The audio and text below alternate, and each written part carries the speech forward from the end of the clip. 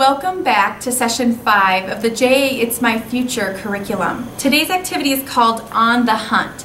So far we've been talking to the students all about the job opportunities that are ahead of them, to think about what they'd like to do and how we might get there. So now we want to challenge them to think about, what if you really are ready to get that job? What are those steps? What are some of those elements that are going to help you on that job hunt? So what they need for this activity is the scavenger hunt clues sheet, as well as the scavenger hunt posters. There are 5 of them.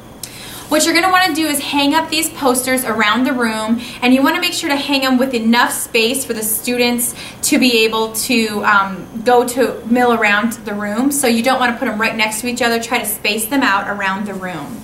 What you're going to do is start the conversation regarding how we even start a job hunt. What do we do? What are some of those elements that are going to help us get that job in the end?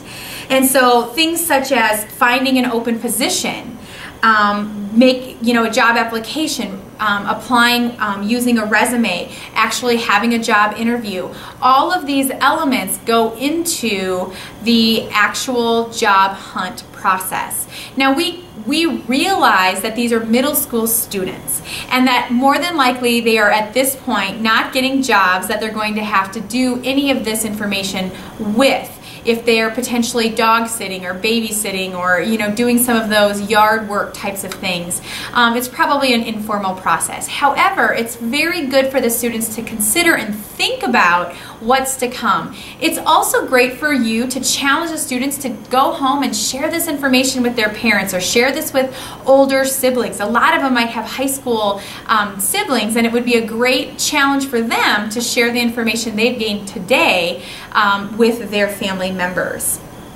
So the activity today, there's really not a lot of introduction, and really it's self-explanation, it's self-exploring using a scavenger hunt option. So you've hung up these 5 posters. Now these 5 posters are filled with information.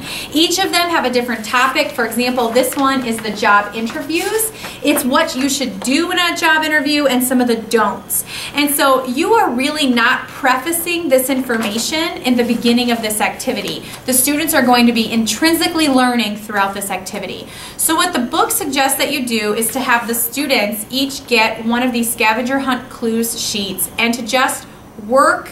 I think it says to give them like 30 minutes, 35 minutes to complete this activity. Now from my experience, the students started getting frustrated and lost interest, and they started giving up at about that 15-minute mark. So a suggestion would be to partner the students up so that they can work in pairs. This way they're still getting the content, but sometimes it's more fun to work with someone else. So I would suggest doing that. It will expedite the process a little bit. But it also makes it a little bit more fun and less cumbersome. They can choose to work on them together. They can split up the questions however they want to work, but I would encourage you to allow them to work in pairs.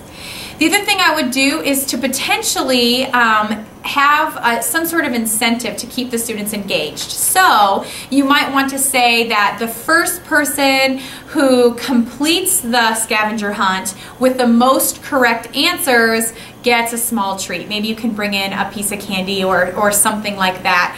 That will keep them motivated, and it will keep them on task to try to be one of the first people to complete it.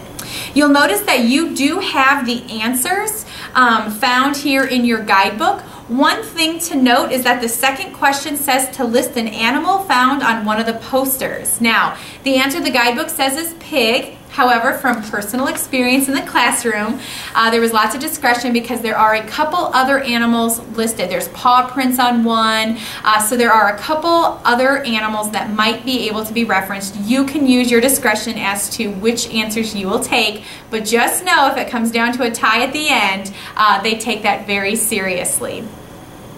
What I would encourage you to do is to potentially not allow the students to spend the full 30 minutes. Hopefully it won't take them that entire time to do this activity, but to give them 15 or so minutes to complete it. See how much they can get done. Hopefully one of your fastest groups will be done around that time. Try to select a winner. But what I would really encourage you to do is to take time at the end to go through these questions. You don't have to go through them all necessarily, every single one, but it is good to go through, provide the correct answers, but this is also an opportunity for you to provide your own personal experiences. It's for you to enhance the opportunity to get to drive home the importance of a good firm handshake, looking people in the eye, the importance of having someone proofread your resume, all of those elements that they may or may not have actually gotten out of reading the posters. I would encourage you to kind of do this inventory on your own before you go into the classroom, to look at the posters and to really use some of that information to pull out in your ending summary and review some of those key elements of the importance of what it took for you to get the job you've gotten. If you're in some sort of HR or management position, please share some of the ideas. Teachers love when JA volunteers share personal examples, what has worked well, what has gotten you where you are today. But they also love when we share potentially challenges, failures we've had, and what we did to overcome them. Sometimes students can learn from our mistakes just as much as they can learn from our successes. So this is a fun, hands-on activity that really gets the students engaged and interactive. Please, please, please take the opportunity to pull in your personal experiences to enhance this activity with those real-life examples. Enjoy session 5.